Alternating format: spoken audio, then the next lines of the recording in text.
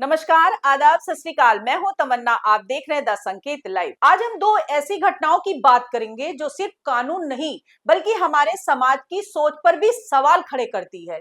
एक तरफ तेलंगाना में 40 साल का शादीशुदा आदमी 13 साल की बच्ची से शादी करता है।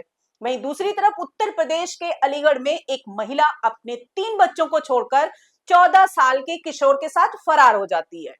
दोनों ही मामलों में एक ही सवाल, हम किस ओर जा रहे हैं? तेलंगाना के रंगारेड्डी जिले में 28 मई को एक 13 साल की बच्ची की शादी 40 साल के एक व्यक्ति से कर दी गई। जी हाँ, ये बच्ची महज 8वीं की छात्रा है और उसका पति श्रीनिवास गौड़ पहले से शादीशुदा है। शादी की जानकारी तब सामने आई जब बच्ची ने हिम्मत करके अपनी टीचर से इस बारे में बताया। टीचर ने फौरन पुलिस और तहसीलदार से संपर्क किया।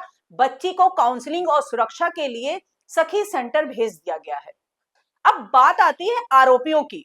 श्रीनिवास गौड़, उनकी पत्नी, बच्ची की मां, शादी कराने वाला मध्यस्थ और यहां तक कि पुरोहित पर भी prevention of child marriage act के तहत केस दर्ज हुआ है।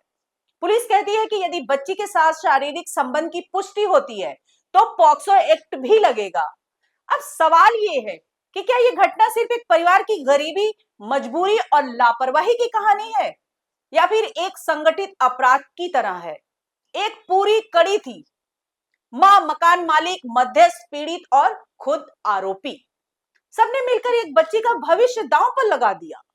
क्या हम इतने असंवेदनशील हो चुके हैं कि एक बच्ची को जिंदगी से पहले शादी के बोझ तले दबा दे? अब चलिए उत्तर प्रदेश के अलीगढ़ की ओर ले चलते हैं। थाना चंदपा क्षेत्र के गांव अल्लेपुर चुरसेन में 21 जुलाई को एक 14 साल का लड़का अपनी ही रिश्तेदार महिला के साथ फरार हो गया। महिला की पहचान पूनम के रूप में हुई है, 3 बच्चों की मां। वो अपने 3 में से एक बच्चे को लेकर फरार हो गई और 2 बच्चों को पीछे छोड़ गई। बताया जा रहा है कि पूनम गांव के ही एक शख्स राजेंद्र के घर आती जाती रहती थी। वहीं राजेंद्र का आरोप है कि पूनम ने उसके बेटे लक्ष्मण को बहला फुसलाकर अपने साथ भगा लिया। पुलिस ने मामला दर्ज कर लिया और पॉक्सो एक्ट के तहत कार्रवाई की जा सकती है। ये मामला उलझा हुआ है।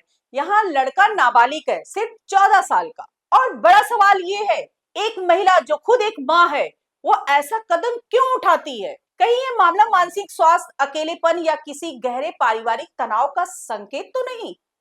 इन दोनों मामलों में एक कॉमन धागा है, समाज की खामोशी। तेलंगाना में शादी होते वक्त किसी ने सवाल नहीं उठाया।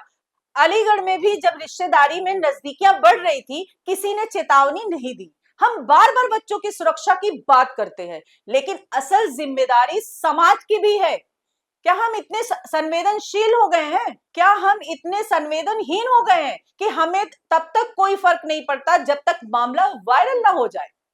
आज जरूरत है 2 चीजों की, एक सख्त कानून का ईमानदार क्रियान्वयन और दूसरा समाज की नैतिक जागरूकता।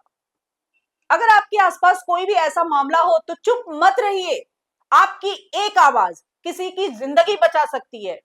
आज के लिए इतना ही। नमस्कार दोस्तों।